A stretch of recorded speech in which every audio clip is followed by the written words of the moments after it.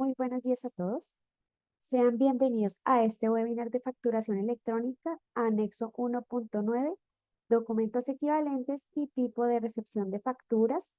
El día de hoy, en alianza con Facture, vamos a asignar un espacio de 2 a 5 minutos para que más personas se puedan conectar a la sesión. Agradecemos su puntualidad y su permanencia en línea. Muchas gracias.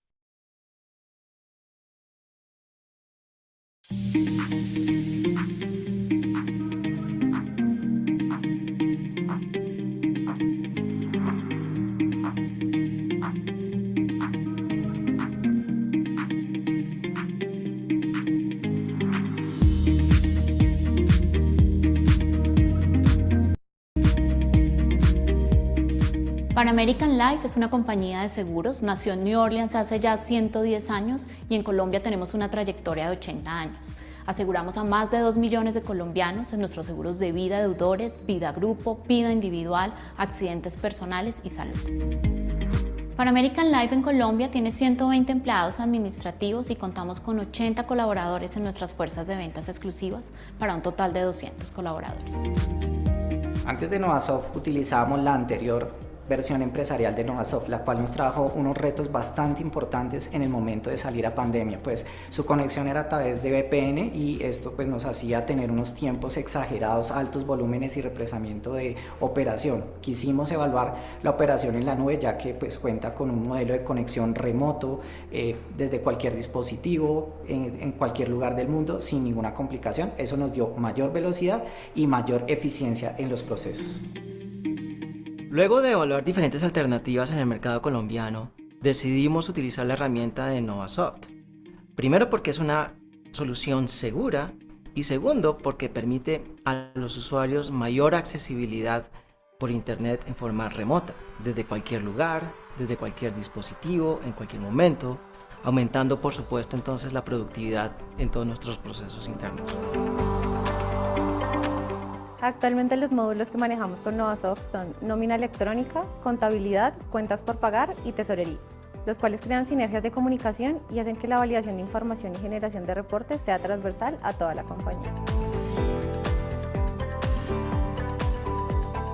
La migración de Novasoft nos trajo totalmente un cambio revolucionario entre nuestra compañía. Tuvimos procesos mucho más eficientes dadas las interacciones que tienen entre módulos online y también la disponibilidad y la facilidad de hacer una conexión desde cualquier dispositivo, desde cualquier parte del mundo. Tenemos unos procesos mucho más eficientes, más ágiles y reportes mucho más oportunos.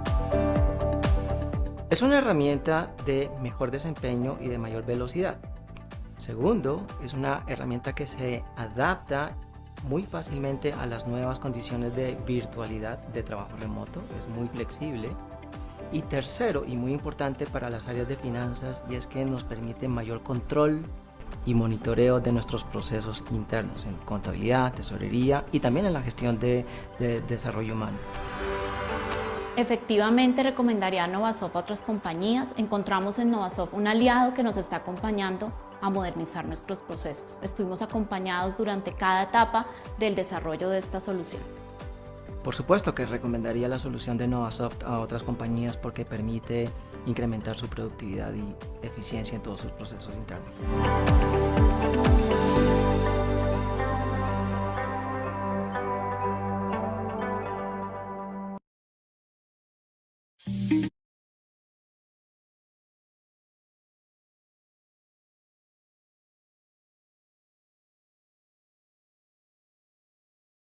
Muy buenos días para todos. Sean bienvenidos a este webinar de facturación electrónica, anexo 1.9, documentos electrónicos y tipos de recepción de facturas, el día de hoy en alianza con Facture. En esta diapositiva van a identificar las diferentes funciones de Zoom. En esta parte inferior encuentran el botón de preguntas y respuestas. Esa es la funcionalidad mediante la cual van a poder ingresar las diferentes inquietudes que se generen a lo largo de la sesión. Al final de la sesión vamos a tener el espacio para dar lectura a esas preguntas e irlas respondiendo. También tenemos al final la encuesta de satisfacción para que nos ayuden a diligenciarla y nos den su retroalimentación para seguir mejorando estos espacios para ustedes. Y para quienes no conocen a Novasoft, Novasoft es una compañía que tiene 36 años en el mercado, se encarga de diseñar, desarrollar, comercializar e implementar soluciones de software de gestión empresarial ERP, gestión humana, nómina y seguridad y salud en el trabajo, con más de 2.500 clientes, más de 760.000 nóminas procesadas mensualmente y alrededor de 500 empresas en modelo cloud. Contamos además con la certificación ISO 9001-2015 y la certificación en seguridad de la información 27001-2013. Como les mencionaba al inicio, el día de hoy estamos en alianza con Facture. Facture es una compañía de software de facturación electrónica que cuenta con un amplio portafolio de productos y servicios relacionados. Provee una plataforma de facturación y colaboración electrónica, además de la pasarela de pagos online, un gateway de recaudos inteligentes.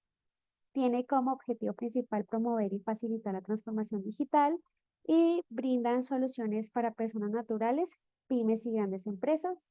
La página web es www.facture.co y nos acompaña el día de hoy Roime Yesid Orozco Henao, de Facture. Roime es ingeniero de sistemas, tiene 8 años de experiencia en el sector de tecnología, experto en implementación de proyectos, atención y soporte técnico a clientes y es consultor de preventa en Facture, a quien doy paso y la bienvenida a esta sesión para que pueda iniciar con la conferencia y el tema de que es materia, este webinar que los hemos convocado el día de hoy. Muchas gracias a Facture y a Roime por acompañarnos. Adelante y muchas gracias a todos por asistir a este espacio. Gracias, Roy. Adelante. Muchas gracias, Juliana. Buenos días para todos.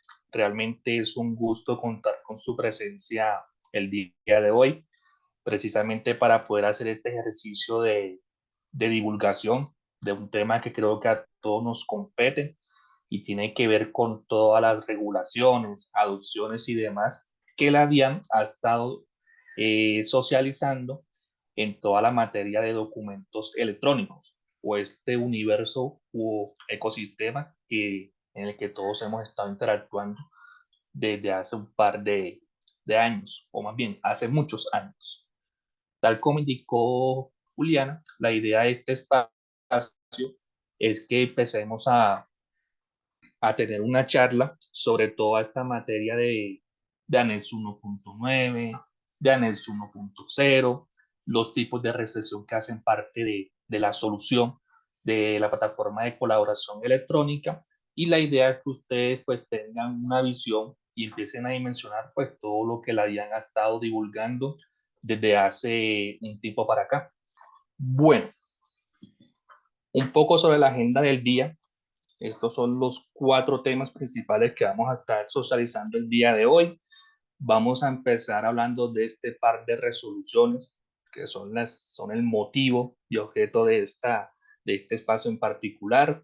Luego de eso vamos a hacer énfasis en los 2 anexos técnicos que hacen parte de estas resoluciones, específicamente el 1.9 y el 1.0. Y finalmente vamos a hablar de los tipos de recesión que ofrece la plataforma de facturación y colaboración electrónica. En cuanto al tema de las resoluciones, como lo mencionaba hace un momento, todo esto empezó a regir a través de un borrador o un proyecto de resolución que la DIAN divulgó desde septiembre del año pasado. Todo este proyecto de resolución fue el punto de partida para que todos aquellos facturadores electrónicos del mercado empezaran a tener en cuenta de que iba a existir o se iba a empezar a formalizar un anexo técnico o 2 anexos técnicos, uno relacionado con el 1.9 que obedece a facturación electrónica o a factura electrónica, y el anexo 1.0 de documento equivalente, o también como se escucha en otras ocasiones el documento equivalente electrónico. Luego de ese proyecto de resolución, donde hubo una revisión minuciosa de parte de todos los implicados, se entregaron comentarios a la DIAN, se hicieron varias sesiones de entendimiento, y luego de eso pues ya formalmente la DIAN publicó lo que es la resolución 165 o 00165, específicamente el 1 de noviembre del año pasado. Digamos que esta fue la primera resolución que ya formalizó ese proyecto de resolución previamente divulgado, y para el 31 de enero de este año salió la resolución 8, que simplemente lo que hizo fue modificar algunos artículos de la resolución 165. Específicamente, modificó los artículos relacionados con el calendario de implementación, tanto del anexo 1.9 como del anexo 1.0. Es importante tener en cuenta y siempre tener la claridad de que la resolución 165 es la que contiene todas las adopciones y anexos técnicos que se deben implementar. La resolución 8 únicamente lo que hizo fue modificar el calendario de implementación, específicamente las fechas, tanto de anexo 1.9 como 1.0. No modificó temas de anexos técnicos, ni modificó temas de los demás artículos, simplemente se centró en el calendario de implementación para estos dos temas en particular. Entonces siempre es bueno tenerlo en cuenta para que cualquier tema que tenga que ver con anexo técnico o cualquier regulación en particular, siempre debemos consultar la resolución 165.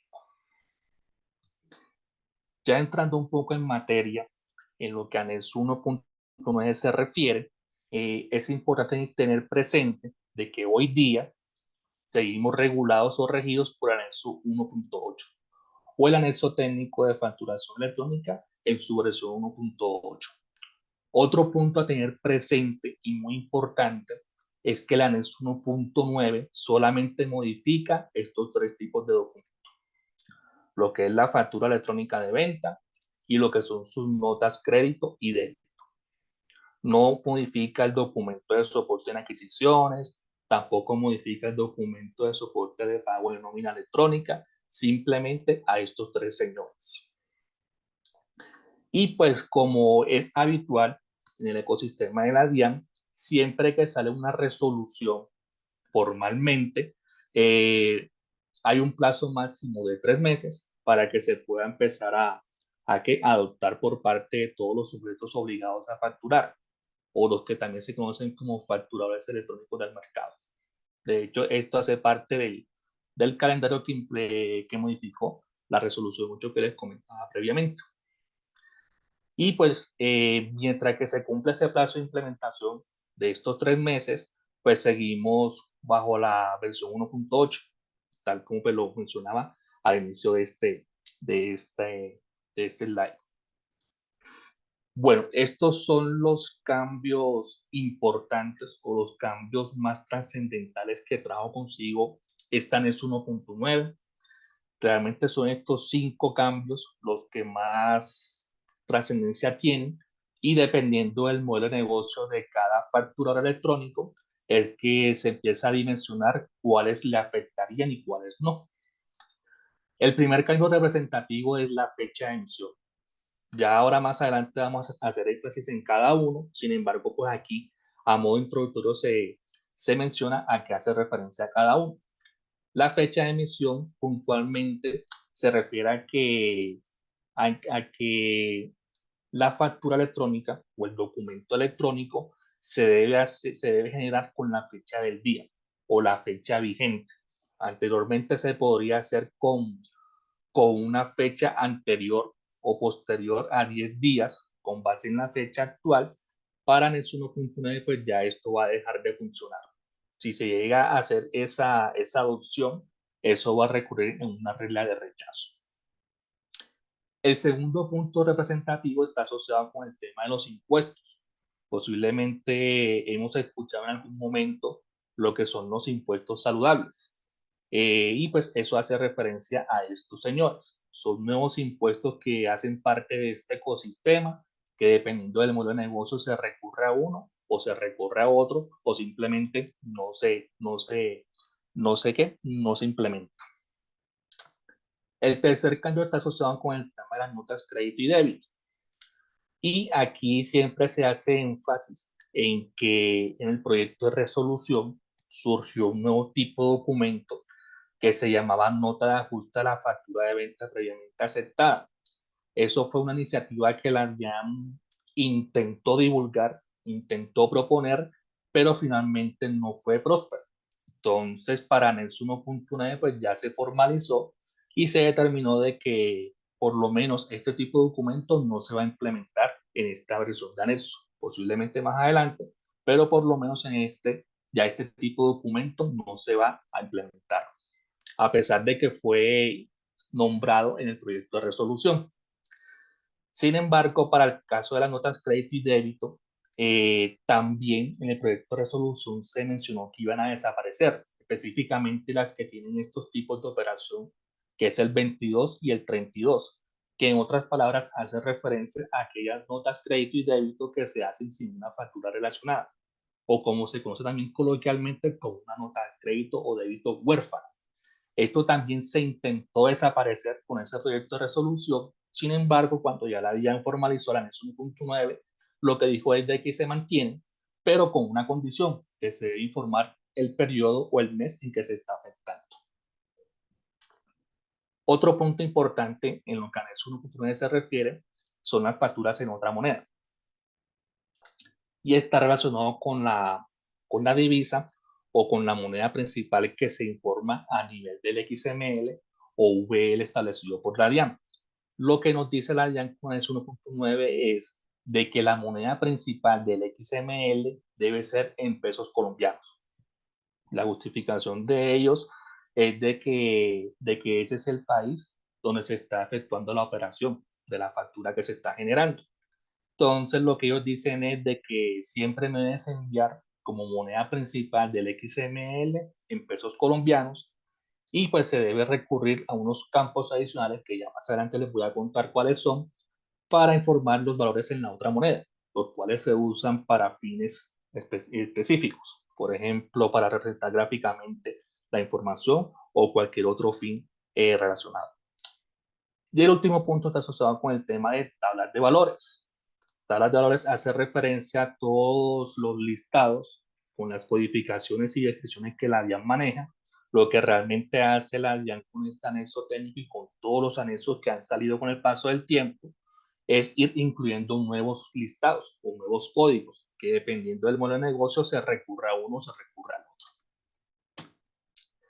Por acá también tenemos otro cambio sustancial en esta anexo 1.9 y está asociado con el tema de la información del emisor.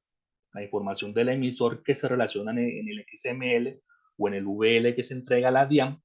Este señor en anexo 1.9 lo que nos dice es de que la información de la razón social y el tipo de identificación y número de identificación del emisor deben ser iguales a como están especificados en el RUT.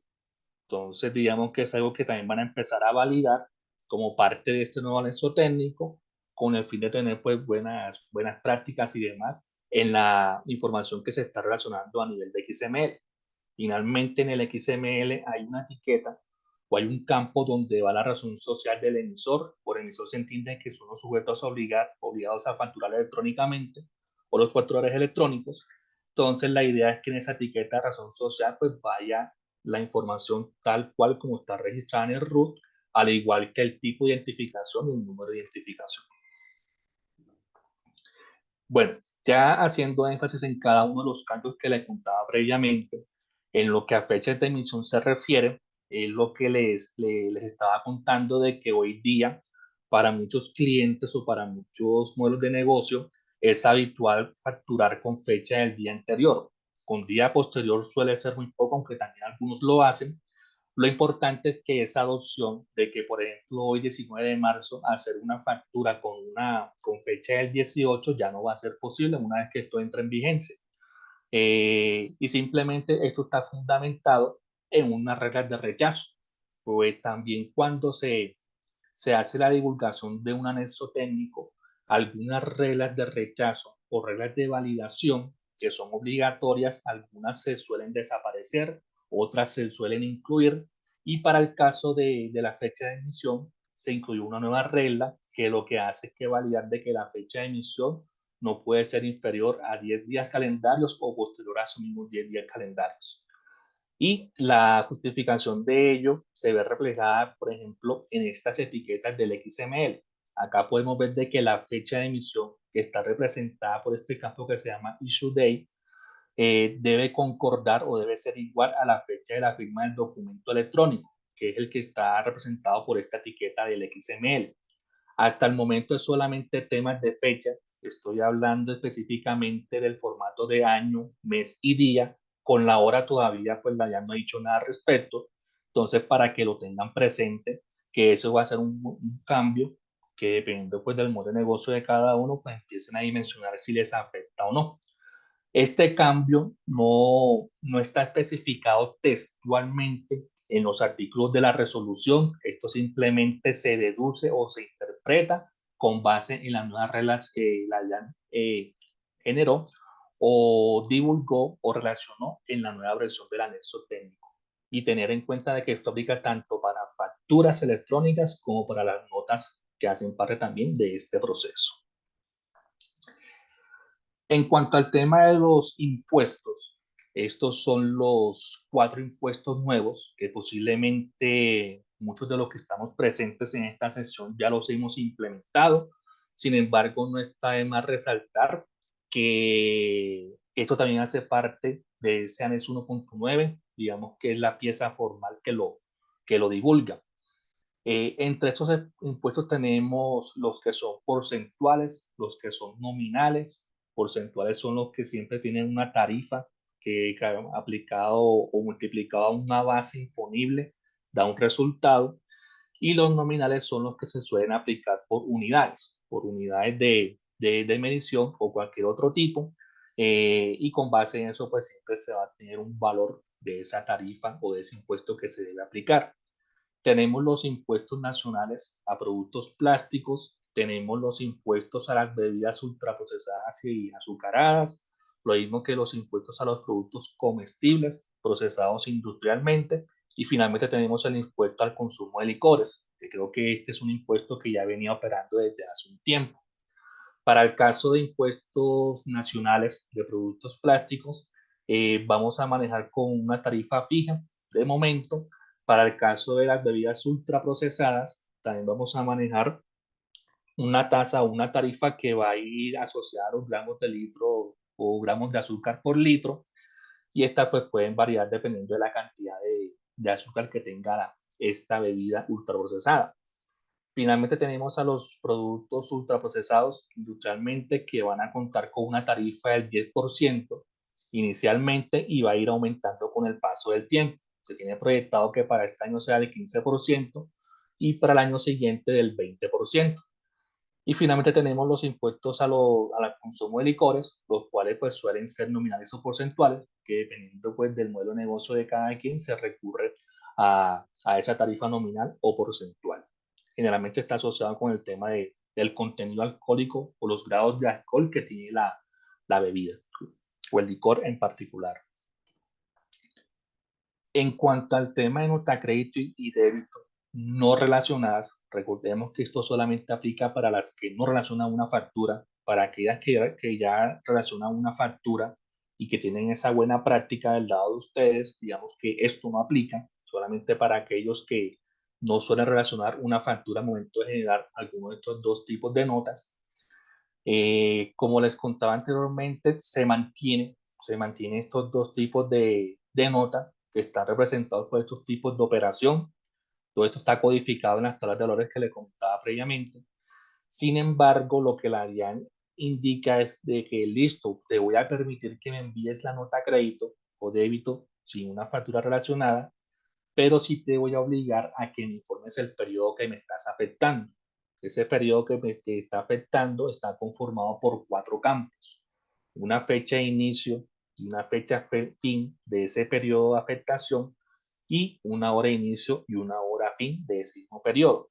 De esos 4 campos, las fechas son obligatorias. Realmente, si se va a enviar el periodo de afectación, se debe enviar como mínimo estos 2 campos. La hora de inicio y fin realmente son opcionales, aunque se recomienda que lo envíen para efectos de alguna trazabilidad que quieran tener al interior o cualquier auditoría que se llegue a presentar. Esta adopción de notas crédito y débito no relacionadas se suelen hacer cuando se quiere corregir una transacción o una factura electrónica que no está directamente o que no se relaciona a una factura original.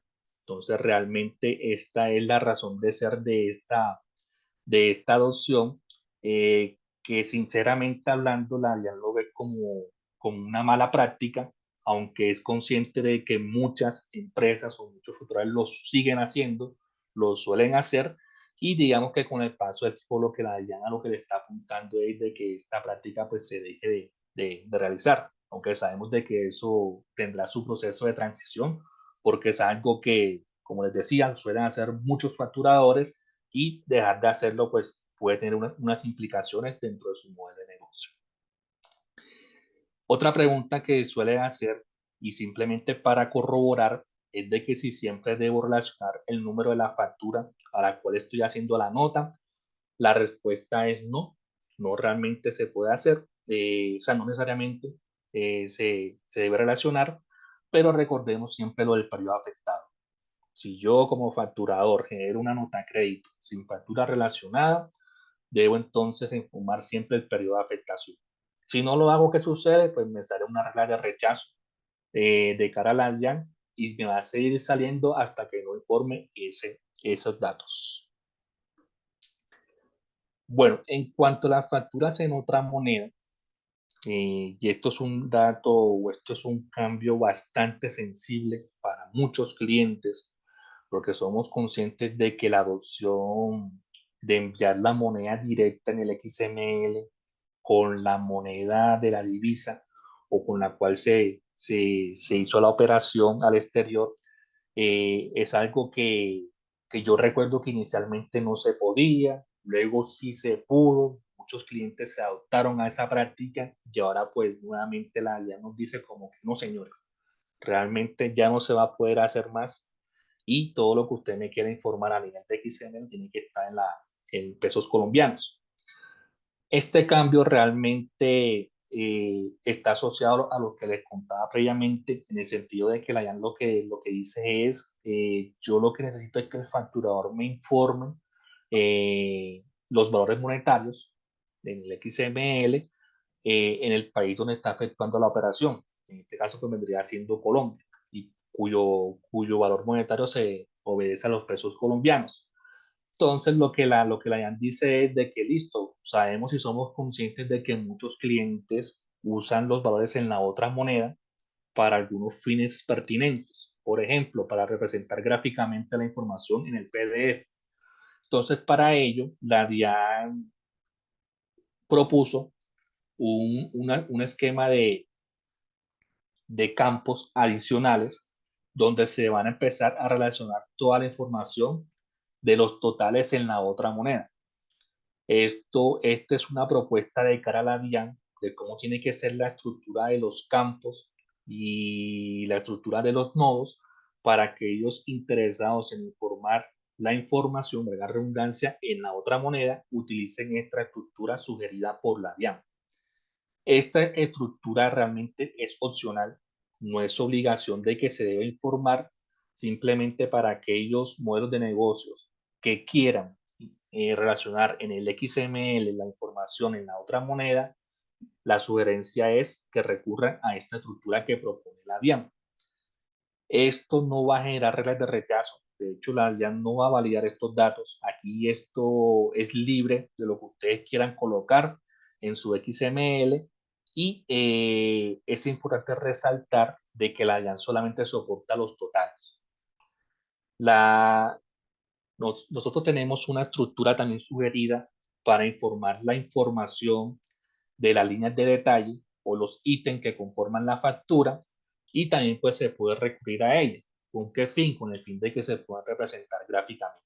Entonces realmente el mensaje es de que cualquier factura o nota que se quiera generar a nivel de Colombia tiene que estar especificado en pesos colombianos, y la información en la otra moneda se debe recurrir a los campos adicionales sugeridos por la DIAN a nivel de totales, o los que sugiere factura a nivel de líneas de detalle. Cabe destacar que ya todo esto está soportado para que simplemente se relacione la información y se haga uso de ella. En cuanto al tema de tablas de valores, estos son algunos cambios que la DIAN especificó. Recordemos que cuando les contaba sobre este ítem en particular, les decía de que esto obedece a que la DIAN empiece a actualizar sus listados con sus codificaciones y descripciones.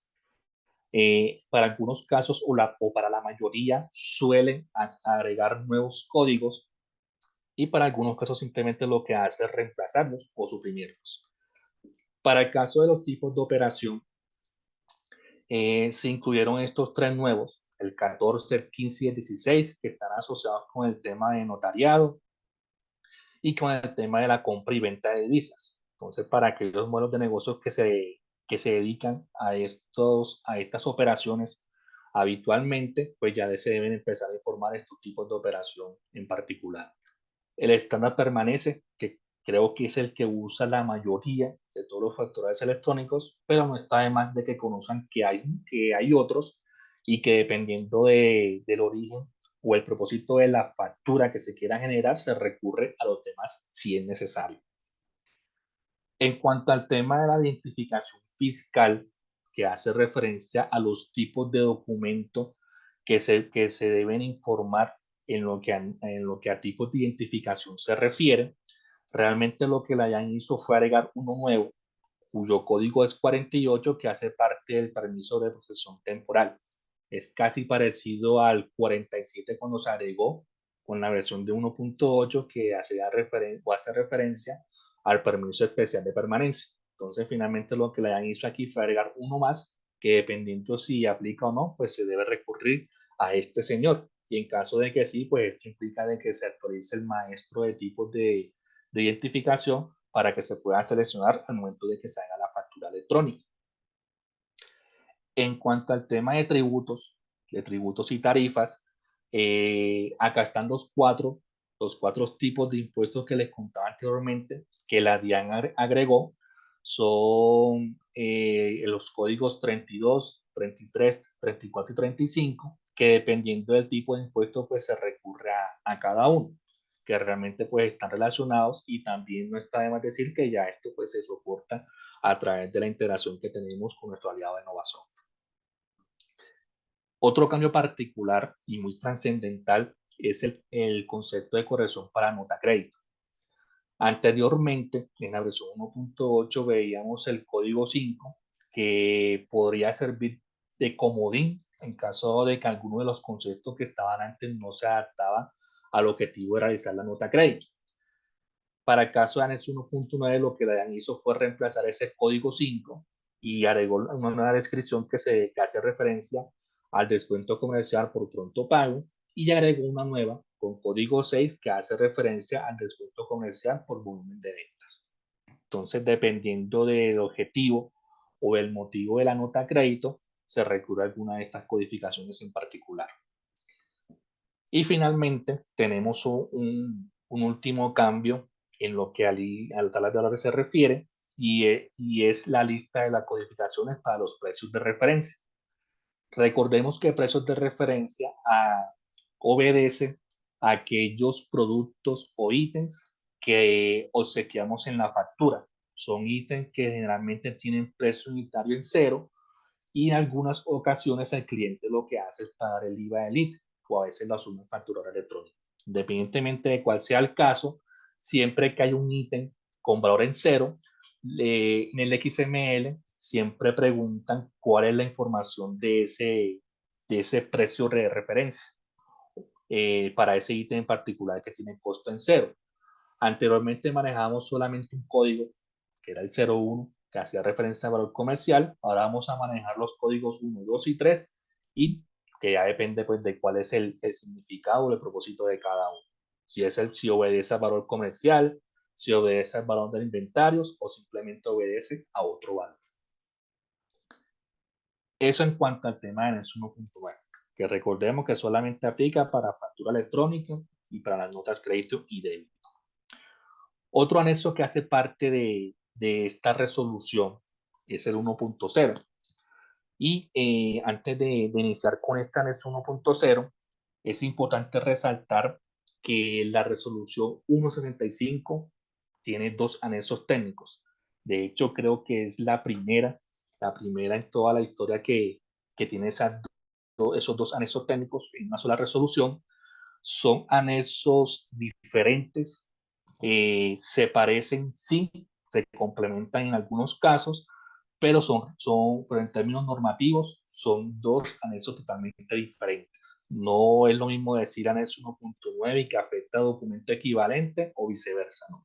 Si vamos a hablar de anexo 1.9, solamente afecta a factura electrónica, y si vamos a hablar de anexo 1.0, solamente va a afectar a documentos equivalentes. Y al igual que 1.9, anexo 1.0 tampoco tiene nada que ver con documento de soporte en adquisiciones, ni mucho menos con el documento de soporte en nómina electrónica. Bueno, este anexo 1.0, como les contaba, pues salió junto con el anexo 1.9. Son diferentes, aunque son muy parecidos en lo que a estructura y reglas se refiere. Este anexo es totalmente nuevo. De hecho, por eso su versión de 1.0, y es el que introdujo pues todo este tema formal de documentos equivalentes o documentos equivalentes electrónicos, los cuales de momento obedecen a 12 tipos de documentos, que ya más adelante les voy a contar cuáles son. Y pues la idea es que todos esos documentos se puedan convertir en electrónicos, así como empezamos a convertir en electrónico una factura electrónica o documentos de soporte y demás. Estos documentos equivalentes tienen una estructura común y una estructura específica. Por común se entiende que son las etiquetas o son los campos que van en el XML y que van a ser iguales para todos los documentos equivalentes que se quiera generar. Pues recordemos que son 12. Y la estructura específica hace referencia a los campos o a los datos que la hayan estado solicitando por cada tipo de documento. No es lo mismo un documento equivalente, por ejemplo, de tipo POS, que a un documento equivalente de servicios públicos domiciliarios. Ambos tienen su estructura específica con los campos que se deben informar según sea el caso. En lo que a recepción de documentos se refiere, tiene una implicación en el sentido de que al ser un documento electrónico más, pues también se puede recibir de la misma forma. Entonces, el buzón de recepción que se use para este fin debe también estar en la capacidad de soportar para recibir estos tipos de documentos que ya se van a convertir en electrónicos. De momento solamente es poder recibirlos y poder consultarlos. No tiene todavía generación de eventos ni nada por el estilo como se suele hacer con la factura electrónica. Y por último, y no menos importante, pues tenemos la parte del calendario de implementación. Todo aquel facturador electrónico que opte por emitir este documento equivalente se debe pues adecuar al calendario de implementación, que ya más adelante se los voy a mostrar cuál es. Bueno, en cuanto al tema de estructura, de cómo están conformados estos tipos de documentos, y ya controlando un poquito en términos de XML, vamos a seguir manejando la misma estructura o la misma estructura de etiquetas de invoice, de debit note y de credit note. Realmente, como les decía, es muy parecido, yo diría que casi un 90% parecido a lo que ya conocemos con facturación electrónica. Y por eso seguimos hablando de un tema de XML, seguimos hablando de VL, porque las etiquetas al ser estándar, pues también son muy similares para toda la relación de información que se debe colocar en cada una.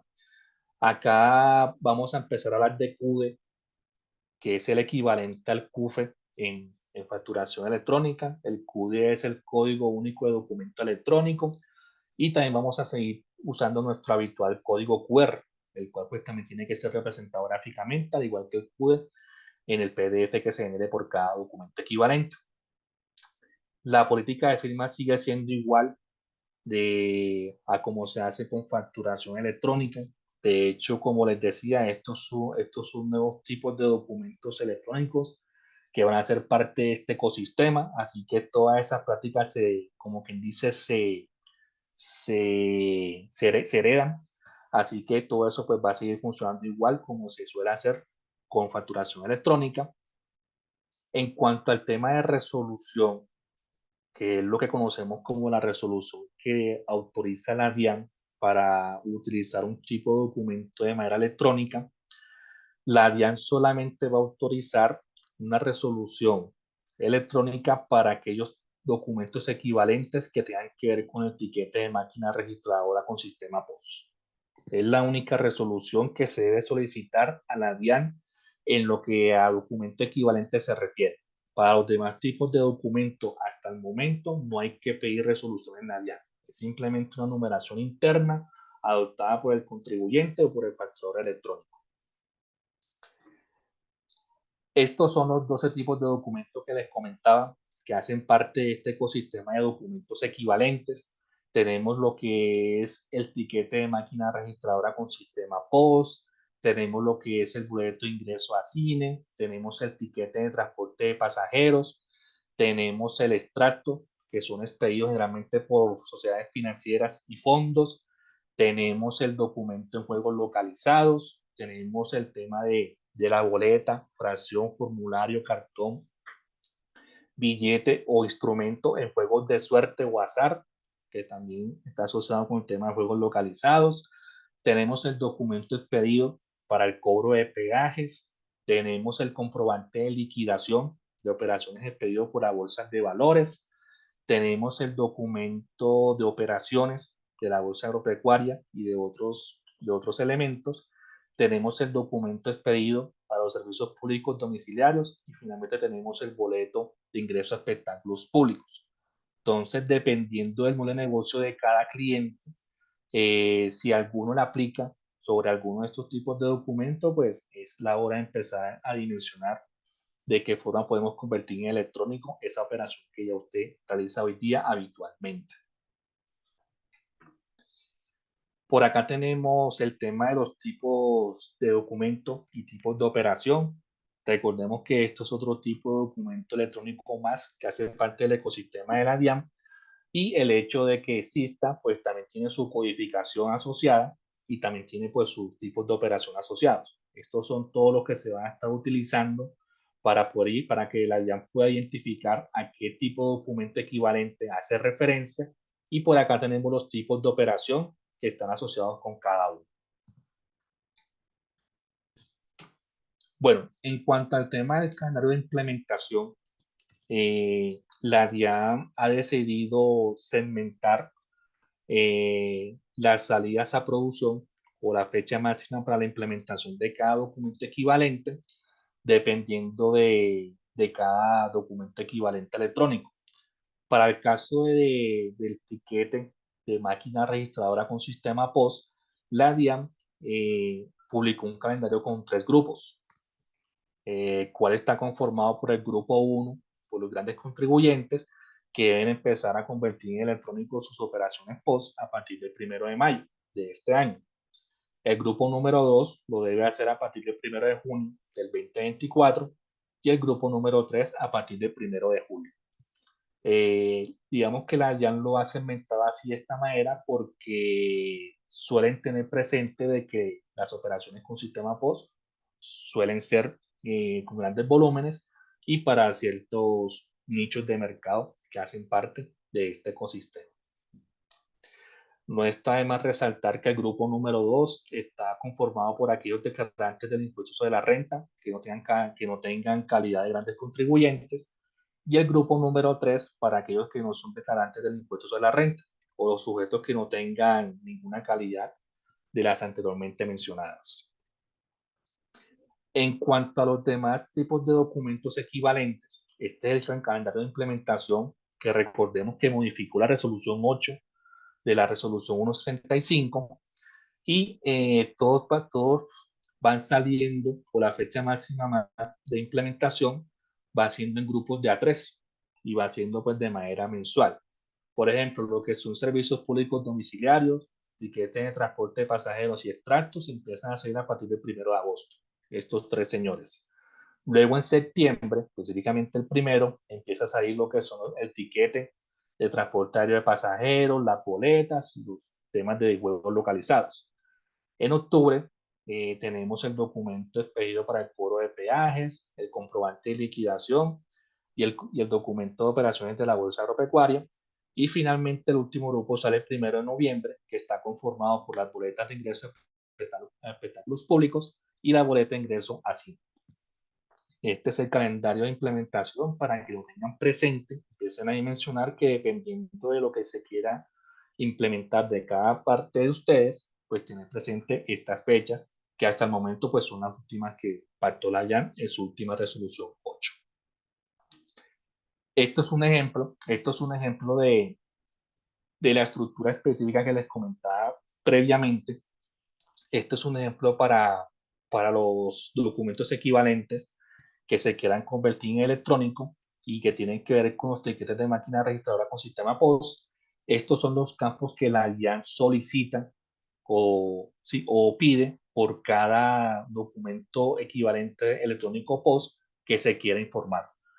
Estos son los campos que les decía que suelen variar por tipo de documento. Por ejemplo, para el caso del sistema POS, la DIAN pide la información del fabricante del software que se usa para generar esa facturación. Solicitan la información del comprador, específicamente pues, los puntos que suelen acumular por algunas compras, y también solicita información relacionada con el punto de venta, específicamente la información de la caja donde se está realizando la venta, por ejemplo, lo que es la placa, la ubicación, el nombre del cajero, el tipo de placa, entre otros datos. Entonces, estos son los campos que ustedes van a empezar a visualizar como estructura específica o campos que la ya empieza a solicitar dependiendo del tipo de documento que se quiera generar. Y listo, eso en cuanto al tema de documentos equivalentes. Y también con respecto al tema de anexo 1.9, los cuales son adopciones que uno empieza a dimensionar desde el punto de vista de la misión. Ahora vamos a cambiar de tema. Ahora vamos a ver todo lo que es relacionado con la recepción de documentos electrónicos, que es el caso inverso al tema de emisión. Específicamente, pues vamos a ver todos los tipos de recepción que ofrece la plataforma de colaboración electrónica y que finalmente lo que busca es contribuir a su proceso de erradicación de documentos y demás. No está de más hacer un recorderis sobre cómo funciona esta parte de emisión, perdón, esta parte de recepción. Tenemos como actores en este proceso principal, tenemos a un emisor, que en este caso viene siendo nuestro proveedor, y tenemos a la cliente, que en este caso pues vendrían siendo ustedes como facturadores electrónicos, que empiezan a recibir electrónicamente esas facturas de sus emisores o de sus proveedores. En cuanto a la responsabilidad del emisor, lo que realmente él hace es enviar la factura o generar su factura electrónica.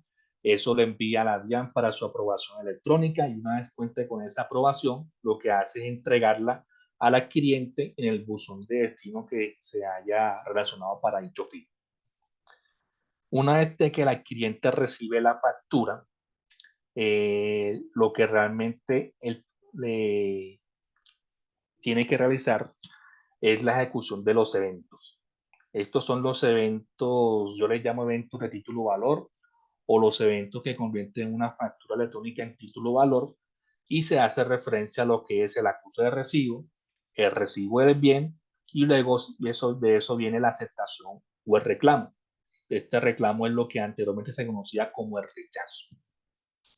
Y recordemos que los eventos que convierten la factura en título valor son el acuse, el recibo del bien y la aceptación.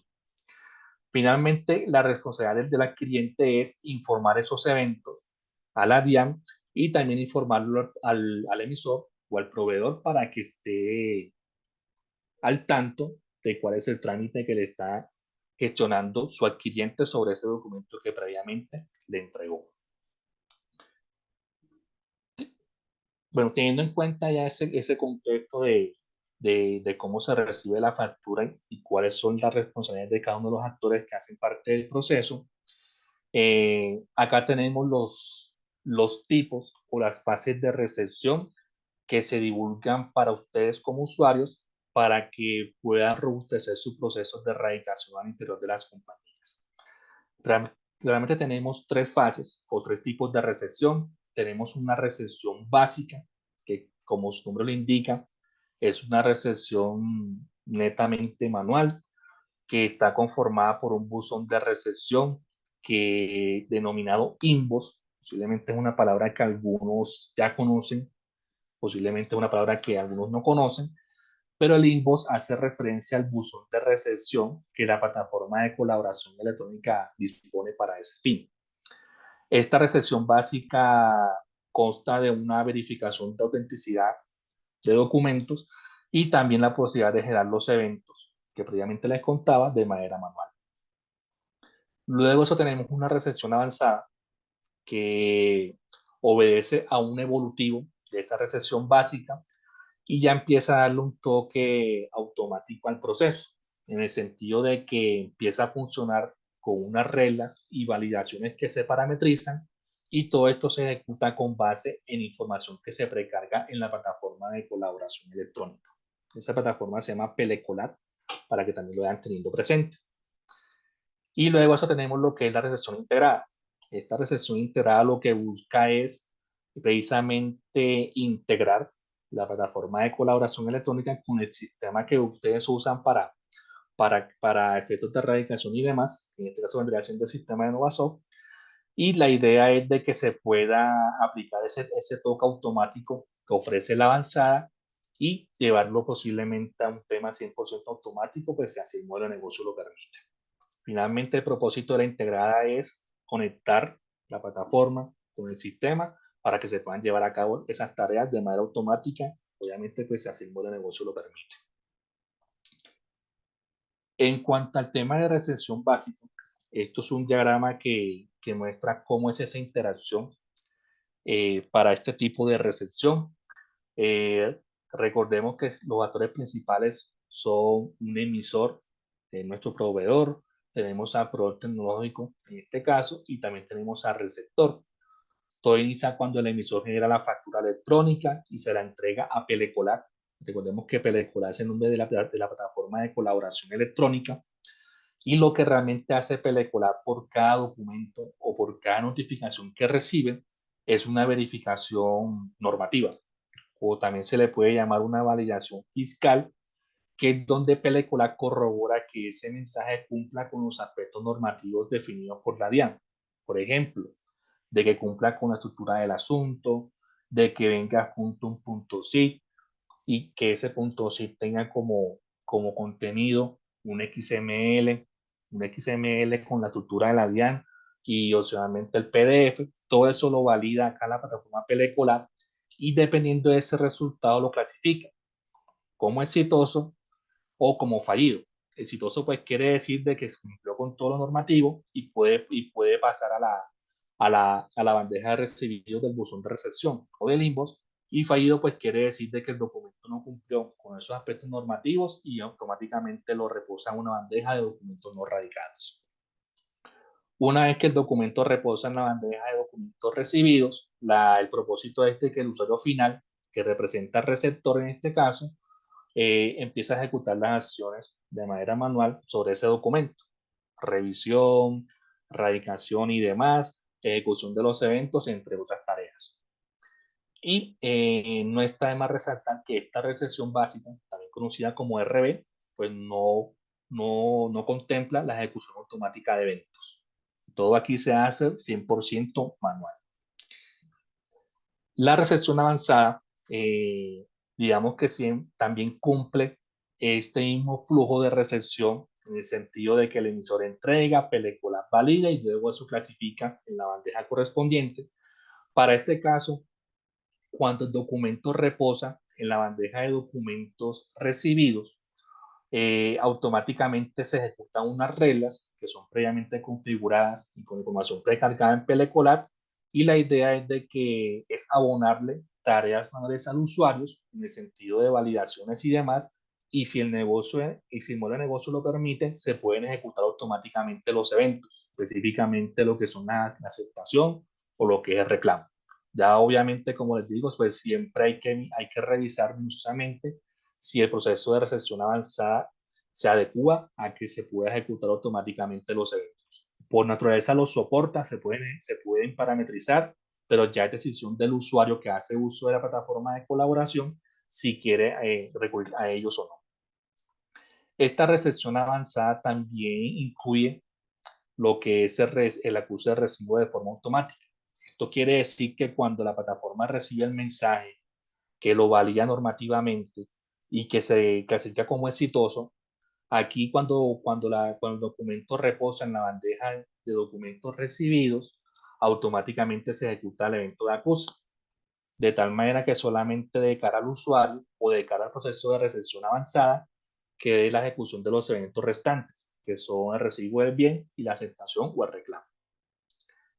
Esta recepción avanzada, también para conocimiento de ustedes, también incluye un procesamiento un procesamiento que se llama masivo de eventos. Este procesamiento masivo de eventos hace referencia a que en la bandeja de recibidos del inbox o el buzón de recepción, yo puedo seleccionar un conjunto de documentos y a ese conjunto de documentos ejecutarles un evento en común.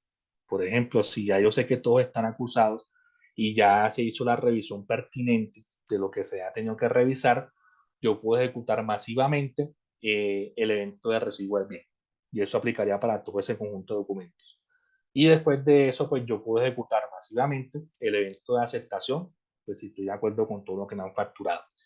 Entonces, digamos que es otra forma de darle un toque avanzado al proceso. Sí, sí depende de una tarea manual, pero el hecho de que sea masiva, pues implica de que yo pueda seleccionar varios documentos y poder ejecutar esa tarea para todos esos documentos. Entonces, digamos que la avanzada, como les decía, le empieza a dar un toque automático o semiautomático al proceso, que ya dependiendo de la necesidad, se recurre al procesamiento masivo o se recurre a la parte de las reglas, o ambos. Ya eso depende, pues, cómo lo queramos combinar.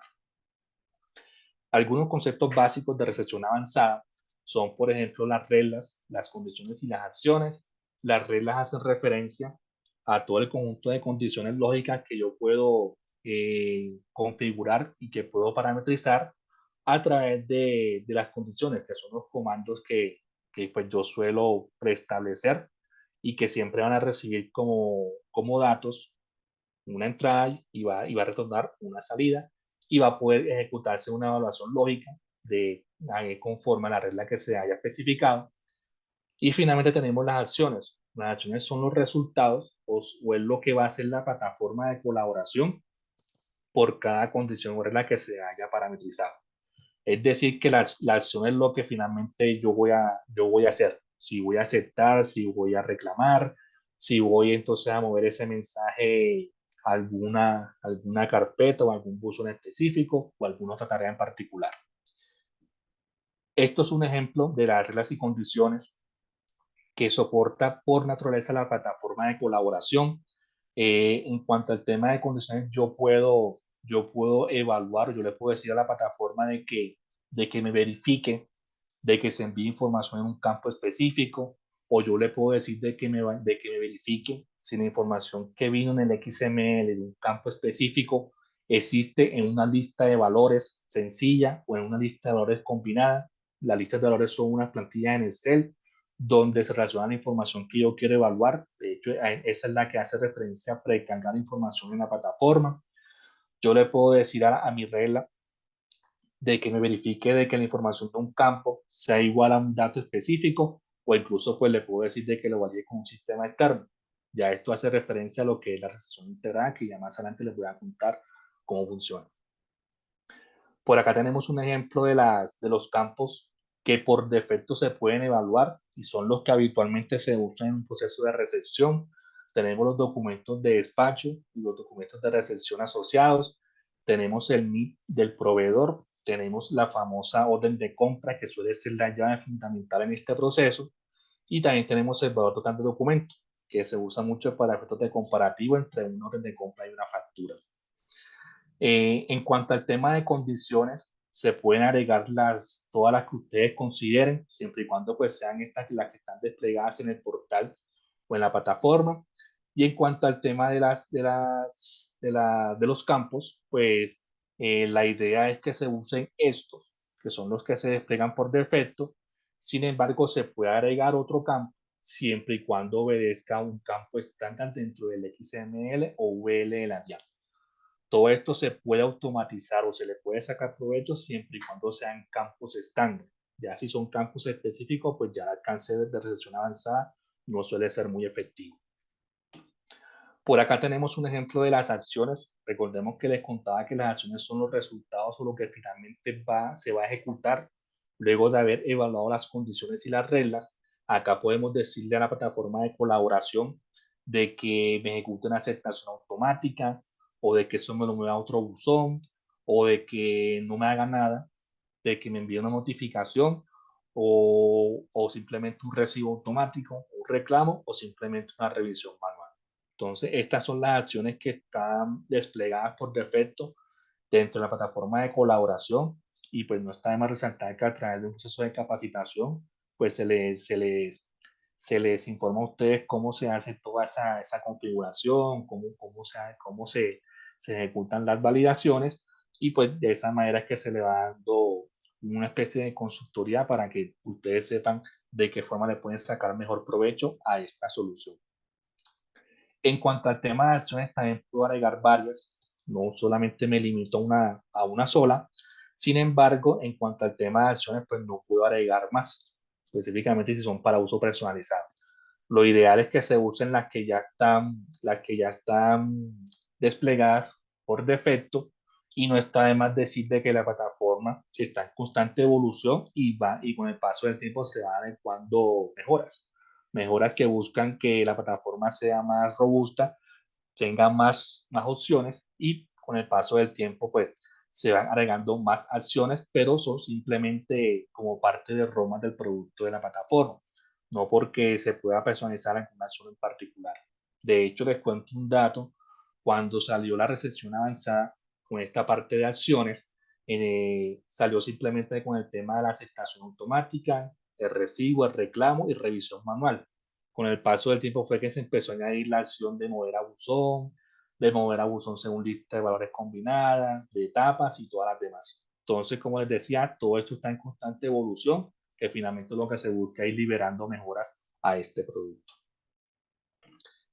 Por acá tenemos un tipo de recepción intermediario, llamémoslo así de esa manera, que fue denominada recepción avanzada plus.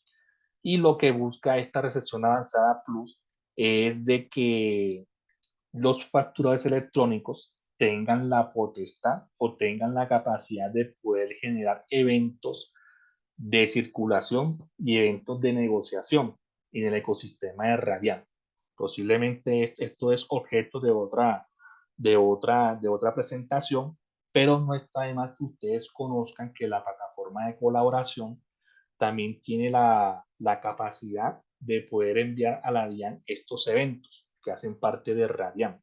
Por ejemplo, todos estos eventos por ejemplo, hacen parte del endoso, todo lo que hace la inscripción de la factura electrónica como título valor, todo eso se puede incluir en esta solución, y está asociado a un producto que se llama Billforce, que está amarrado con los tipos de recepción.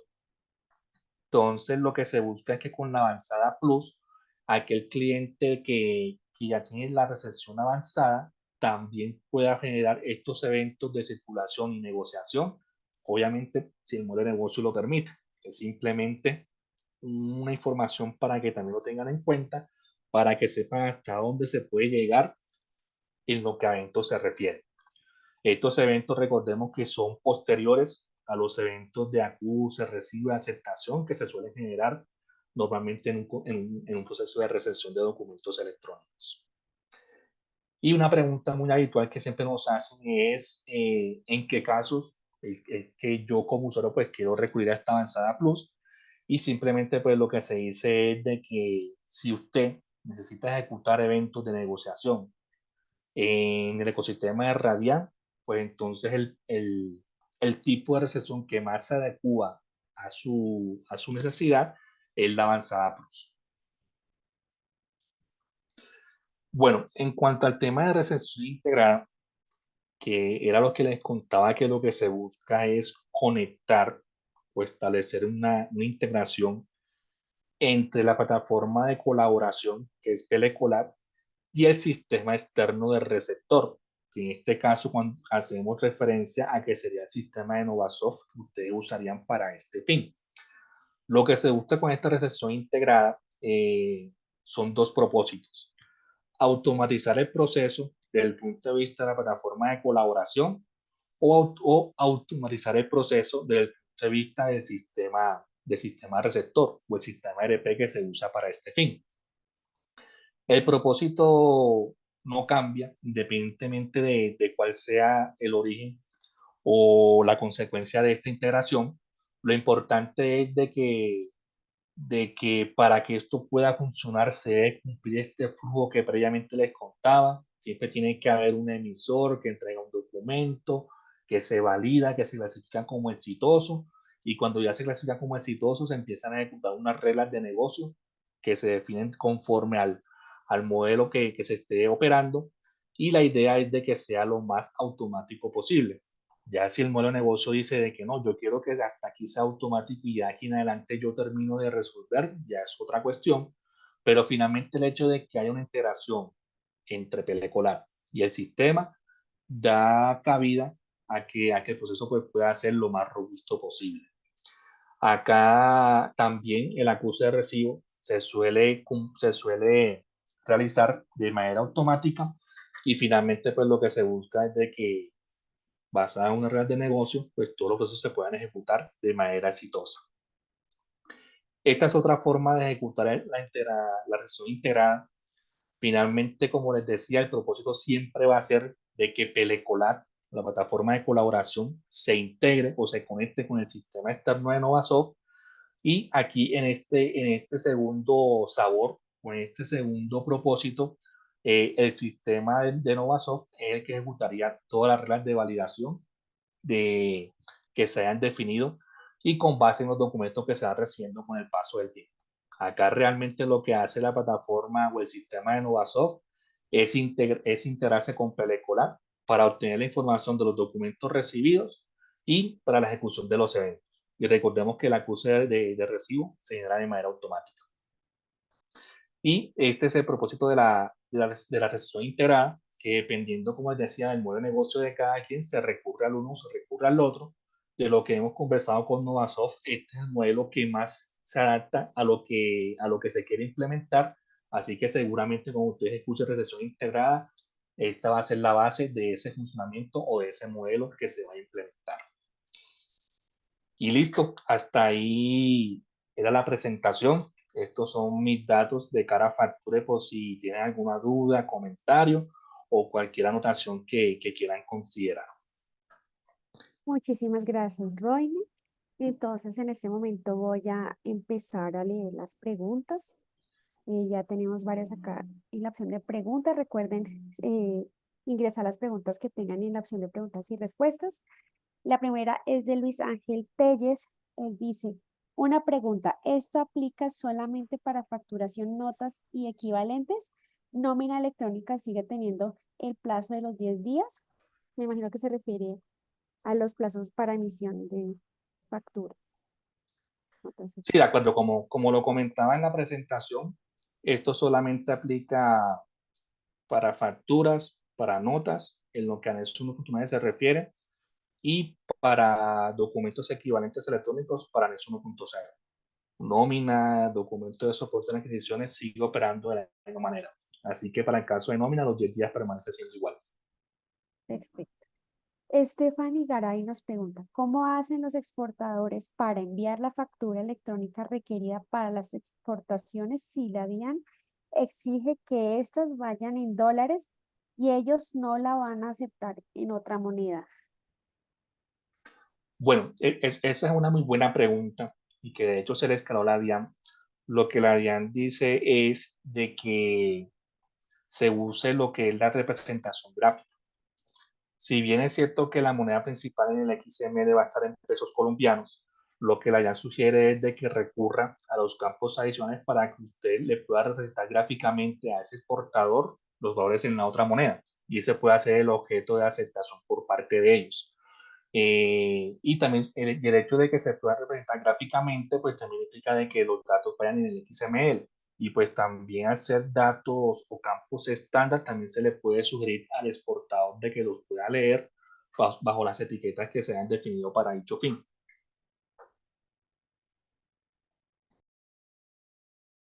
Perfecto, muchas gracias.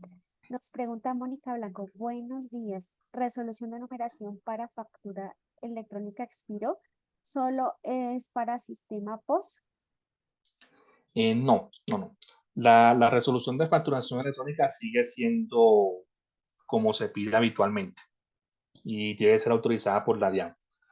La anotación que hacíamos con documento equivalente es que para esos 12 tipos de documentos que hacen parte de ese anexo técnico, al único que hay que pedirle resolución de facturación a la DIAN es para el tipo POS. Para los demás, no. Gracias, Ronnie. Nos pregunta Viviana Duarte, ¿la plataforma Colab permite que la aceptación traiga los datos del usuario que se loguea? No, realmente la aceptación que se hace a nivel de la plataforma de colaboración solamente trae los datos que la DIAN solicita o lo que se reguló en su anexo técnico. Esos datos de la persona que aceptó y demás generalmente se suelen cubrir con las observaciones. Es decir, que al momento de que se da la aceptación, hay un campo donde se especifican las observaciones que obedecen a texto libre por parte de la persona que está aceptando. Allí se podría colocar la información de la persona que aceptó la factura para efectos de alguna trazabilidad que se quiera realizar.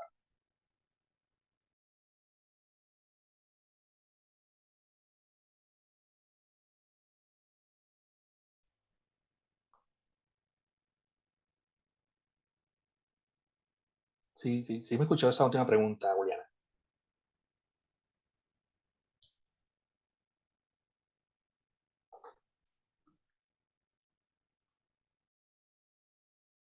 Nos pregunta Luis Gómez, ¿qué tiempo se ha establecido para enviar documentos equivalentes? Bueno, los tiempos son iguales al de una factura electrónica. Realmente la adopción de la DIAN es que es un tipo de documento más que hace parte del ecosistema de documentos electrónicos, por lo tanto su operación y envío debe ser igual, debe ser en línea al momento de que se efectúe la operación. Por otro lado, nos pregunta Paula Andrea González, buenos días, ¿cómo será el manejo de la contingencia donde dice que el operador debe permitir enviar sin validación previa y luego retransmitir el documento? Ok, bueno, la contingencia sigue siendo igual a cómo se maneja con facturación electrónica. Eso realmente no va a cambiar. Para el caso que preguntan del documento sin validación previa, obedece a la contingencia tipo 04 o a la contingencia donde el inconveniente tecnológico es de parte de la DIAN. Así que esa operación sigue siendo habitual o sigue siendo igual. Digamos que de cara al emisor o al facturador electrónico, el proceso sigue siendo transparente en el sentido de que él genera o emite un documento y va a recibir una respuesta de parte de la plataforma de colaboración. El tema de enviar los documentos a la DIAN cuando ya se restablezca el servicio o cuando ya se dé baja a la contingencia es de cara al proveedor tecnológico, es decir, de cara a factura.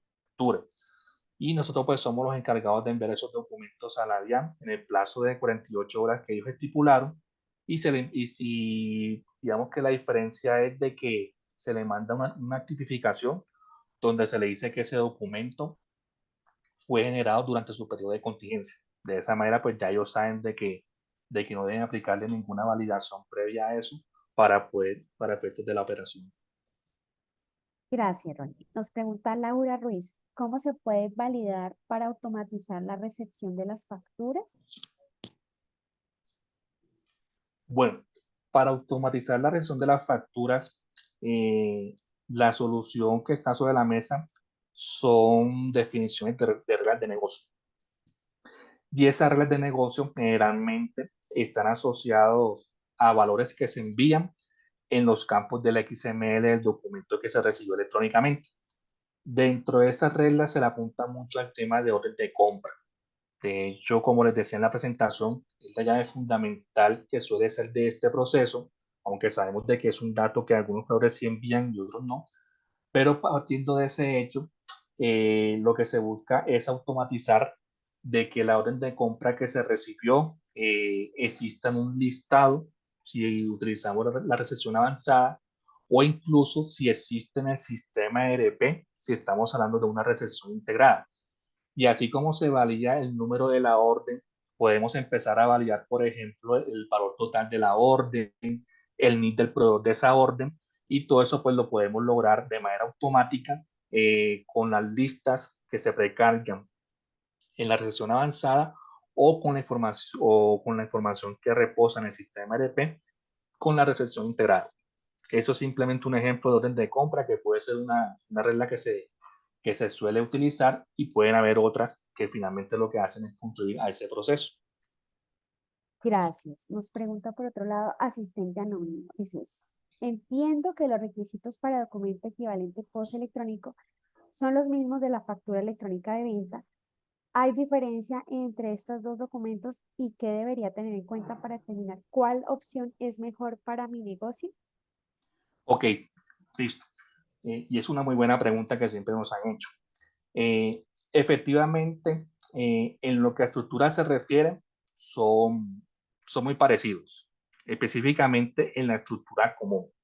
Recordemos que en documento equivalente les contaba que hay una estructura común y una estructura específica. Si lo vemos desde el punto de vista de la estructura común, la factura electrónica y el documento equivalente son casi un 99% iguales. Cambias el tipo de documento. Y para el caso de la estructura específica, pues si hay diferencia entre una factura electrónica y el documento equivalente de tipo POS, pues por los datos que pide la DIAN cuando se quiere transmitir un documento equivalente electrónico de tipo POS. ¿Cuál se recomienda utilizar? Pues la respuesta que siempre damos es de que usan factura electrónica por un motivo muy especial, y es de que ya es un proceso que está estabilizado, es un proceso que conocemos casi toda la mayoría de los facturadores electrónicos, y de hecho creo que las grandes compañías han optado por factura electrónica en vez de esperar el documento equivalente electrónico de tipo POS. ¿Cuál es la desventaja del documento equivalente de tipo POS? La recolección de la información que se debe enviar para ese tipo de documento y que todavía no es un proceso que está estabilizado. Realmente vamos a vivir la experiencia a partir del 1 de mayo. Obviamente estamos preparados para todo lo que haya lugar. Sin embargo, pues es algo que toca revisar, probar y estabilizar en algún momento. Gracias, Rodney. Nos pregunta Ana Isabel Escalante, ¿las fechas para el envío del DS cambiaron? Las fechas para el envío de qué, perdón. Del DS cambiaron, no sé qué significa esa citación. Mm, bueno, no sé a qué hace referencia al DSE.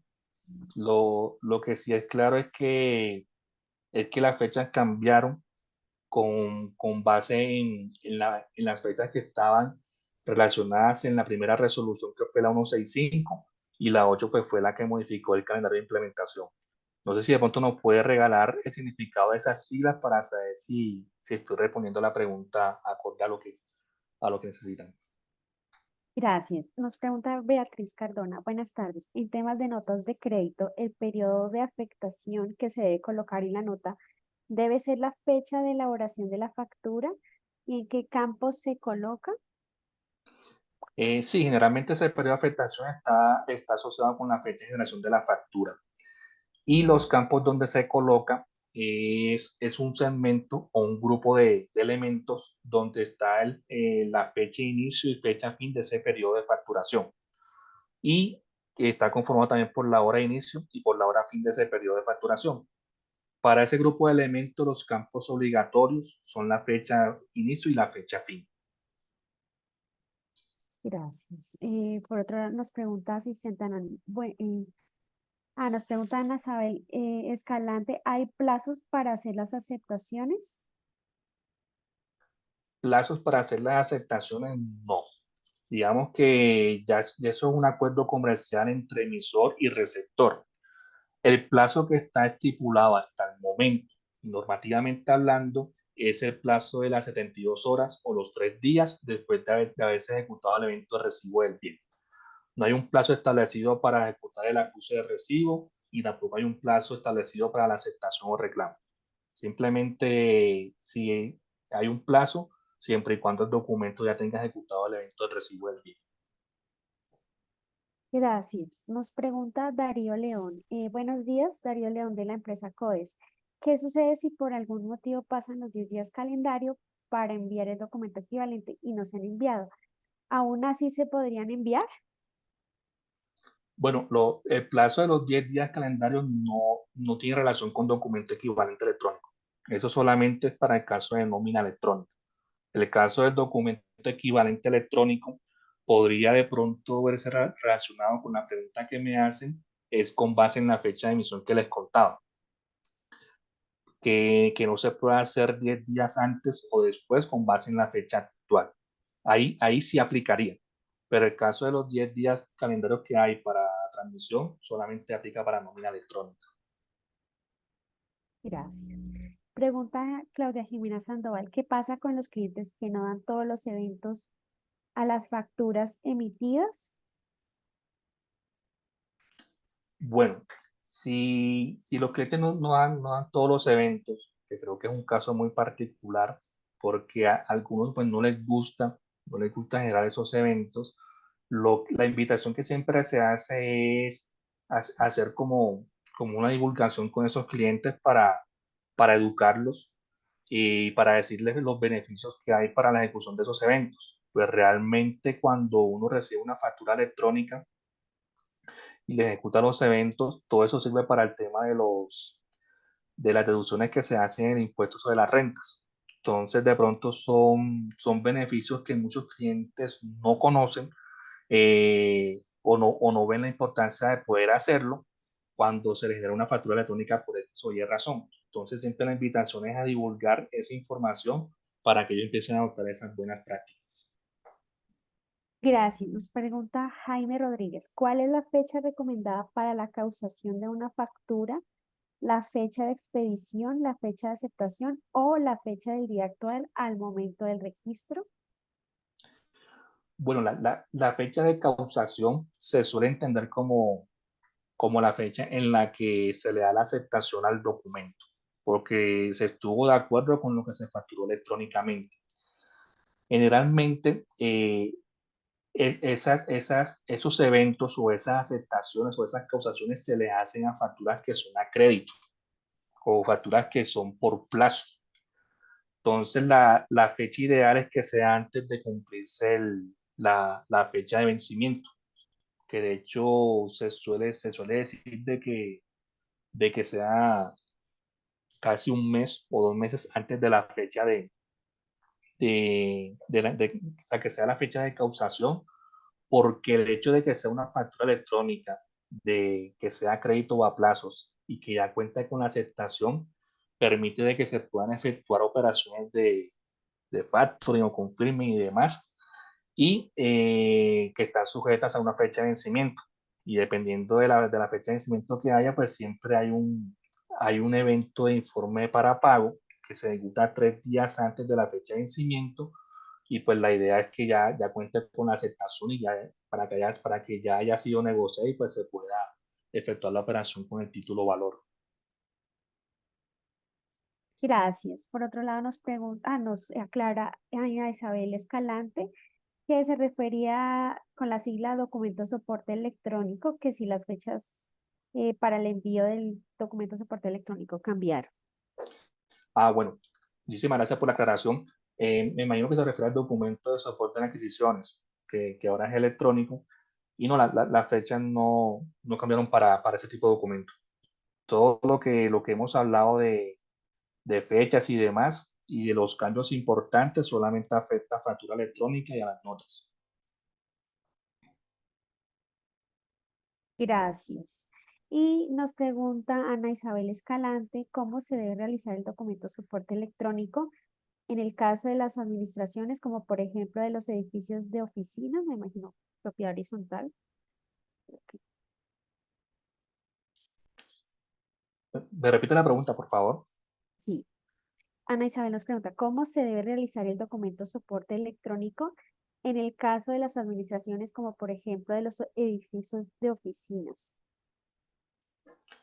Bueno, depende mucho de la operación. El documento de soporte en adquisiciones, que finalmente se genera electrónicamente para sujetos obligados a no facturar electrónicamente, eh, se efectúa por la operación que se esté o que se quiera soportar. Finalmente es un documento electrónico más que va a estar conformado por una información de fecha de emisión, de fecha de vencimiento, si es el caso, de una información del emisor, del receptor, productos, impuestos y demás. Así que la generación suele ser igual a como se hace con cualquier documento electrónico. Y pues la idea es hacerlo al momento de que se quiera soportar esa, esa venta o esa compra que se haya realizado al momento de que se quiera transmitir electrónicamente. La transmisión sigue siendo en línea, la ya recibe, lo valida, entrega un resultado y el comportamiento pues suele ser habitual.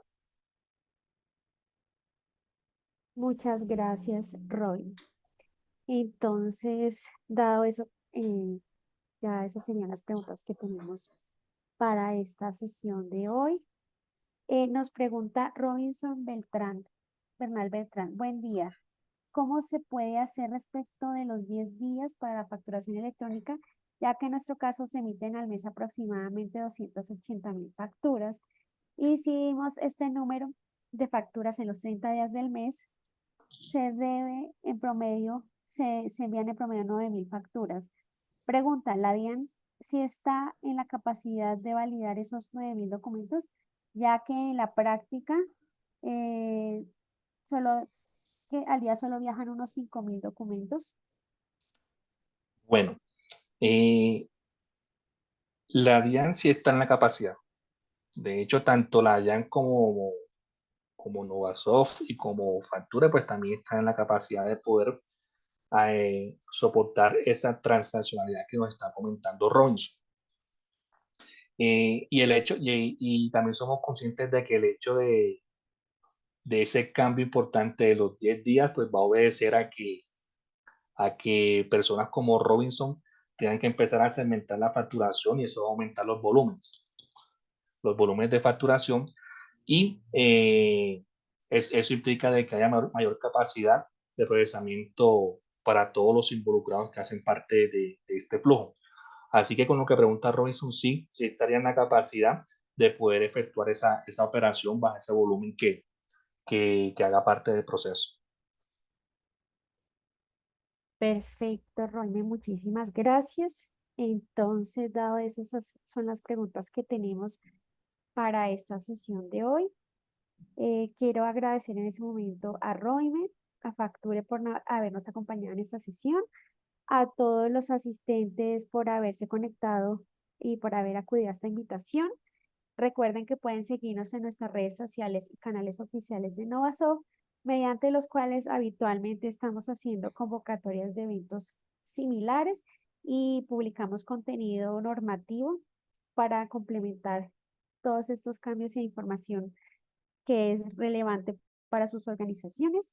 También al final no olviden responder nuestra encuesta para tener la retroalimentación de ustedes y mejorar esta experiencia de cara a próximos eventos. A todos muchas gracias, al equipo de Facture, a Roime y a todos ustedes que tengan una feliz tarde. Muchas gracias.